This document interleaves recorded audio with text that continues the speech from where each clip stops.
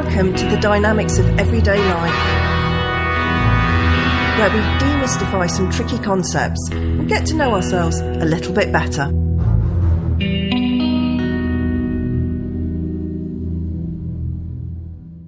Welcome back to the Dynamics of Everyday Life. At the time of producing this episode, we're heading into the tennis season.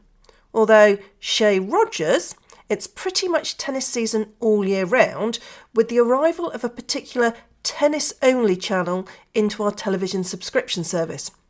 Now, I'm great if it's two tennis players that I like competing, or two that I'm really not that invested in. However, if one of my favourites is playing, then I can get over-invested, and I find it way too stressful to watch. Mr. Rogers has questioned whether I actually enjoy watching when I'm shouting at the screen. But as I come to understand myself more, I realise that I do love watching it, just not when either Stan or Matteo are losing. And this would be the point where Mr. R humorously, or at least in his mind, points out that Stan is often losing these days, so I won't be seeing much of him play. My focus for today isn't just on Matteo or Stan and their attributes, but on the commentary. I may have mentioned before that whilst I do play tennis, I don't play competitive tennis because I don't enjoy it. What I'm in it for is the learning. So I have a lesson and a group session, and I'm there so I can be better at it as a skill. So I do pay attention to the commentary. I'm listening out for any useful tips and tricks, things to avoid, things to include, that type of thing. And Martina Navratilova is a fabulous commentator. To be honest, I wish she did more. She explains why players chose certain shots, why things don't work out. And I feel that I've learnt something from listening to her, and she adds to the experience of watching the match on television. There is a point to her talking. However, some commentators, let's just say he has a hill named after him, aren't quite so incisive.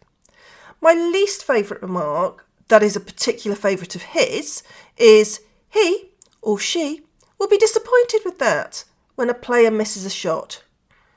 Really? Without wishing to resort to sarcasm, which obviously I'm going to, I would have thought they were ecstatic.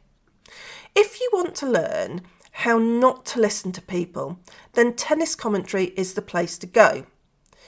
The interviewers don't often listen to each other. They stack the questions so that their interviewees have no idea what they're responding to, and that's when they can get a word in, that is. Now, to be fair, maybe they haven't been taught how to interview or to listen to people so that they can be heard. Many of them are ex-tennis players after all. And even if they've done some coaching, then the training for that is going to be much more about the drills and the ball feeding skills than how to get people to open up. Their expertise, understandably, is not necessarily in the asking of questions, it's in the art of playing tennis. So it starts to make sense why they wouldn't really be the people to listen to when it comes to talking to people. The thing that really frustrates me, though, is the stating of the obvious. I don't need someone to tell me that a player's going to be disappointed with missing a shot. If they weren't, then that would be the thing worth commenting on. What I want to know is why they didn't make the shot, or what they could have done differently. And it feels like airtime is being filled with saying something, almost anything, to make a case for their existence. Now, I'm not vilifying tennis commentators here. They're not the only ones who do this. It's just a very handy reference point for something that I see play out a lot in life. We all do this. But why? What's going on for us when we feel we have to do this? One of the key reasons that we do this is for us to feel that people see us. I suspect that there's a lot of anxiety going on here. We don't feel important or relevant. Maybe we're inexperienced in the topic that we're talking about. So in order to feel seen, we make a comment that's actually quite obvious. It's almost a "don't forget about me" moment. And this is quite unconscious. Have you ever videoed yourself talking to someone or practicing for a speech? Maybe you've been caught on camera talking and you weren't prepared. Well, hello lots of fillers.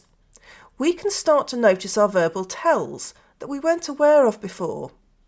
Added to this, we perhaps want people to think that we're important or knowledgeable, so we fill the space by making comments that seem relevant but are the equivalent of popcorn. They fill the space, but there's nothing of nutritional value there. We've talked before about how we'll do anything to avoid feeling anxious, and this can be one way of reassuring ourselves that we're in the right room, because we've got something to say and people are listening to us. So let's compare our tennis commentators. Martina Navratilova, she's one of the greats, there's no argument there. She's got a lot to say and a lot of experience to share. Understandably, anyone else commentating is likely to feel a bit in awe of her and possibly a little bit anxious around this, unless Rafael Nadal has decided he'd like to have a go too. So, what do? You make yourself seem relevant by adding what you can to the conversation. There's every possibility that we want to create a connection too. We want to feel part of the conversation. And maybe people will thank us for sharing the obvious. However, what happens is often the opposite to what we intended. There's nothing more annoying than having the obvious pointed out to you as if you can't see it. I'm all for learning in constructive criticism. If I'm learning a skill, I want to know how I can do it better, and I'll ask my instructor to point out what might be obvious to them, but isn't to me. But I do not want someone to tell me something that's virtually slapping me in the face. One that creeps up on me more these days is when I make a mistake because I've not put my glasses on. I know full well that I need to wear my glasses when reading, writing, doing anything on the screen. But occasionally I can be a little bit lazy and I think I'll just do something quickly without them. And then I send an email with the wrong word in, or an incomprehensible WhatsApp message. I don't need to be told at that point that I should have been wearing my glasses. It's unhelpful and very annoying, and not likely to endear me to the person that's made the comment. There is a notable caveat to this. As many people are aware, I'm a parent of a neurodivergent child, and stating the obvious is something that is part of what he does. As he grows, he does start to use it with some humour too. We once saw a person who was jogging as it started to snow, and he said, "Look, Mummy, he's dashing through the snow," and then couldn't stop laughing, which made me laugh too. It was really very funny.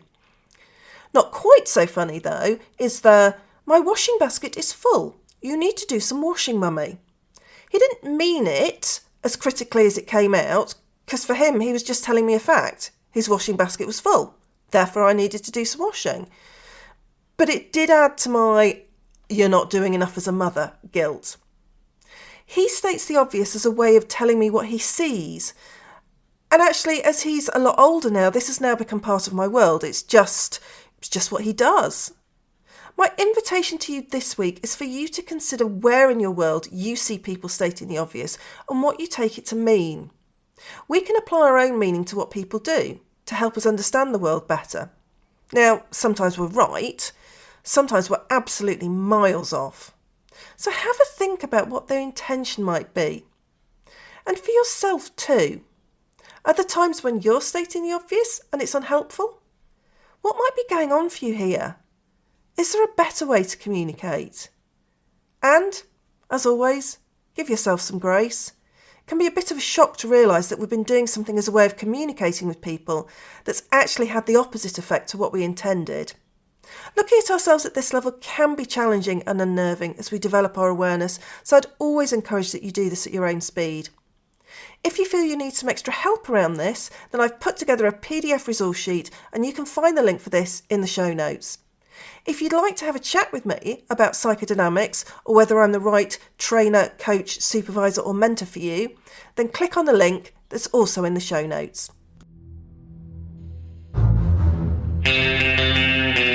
Thanks for listening to this episode of The Dynamics of Everyday Life. Don't forget to subscribe wherever you get your podcasts. As well as producing this podcast, The Dynamics of Everyday Life has lots more psychodynamic fun going on, and you can find out more at dynamicsofeveryday.life.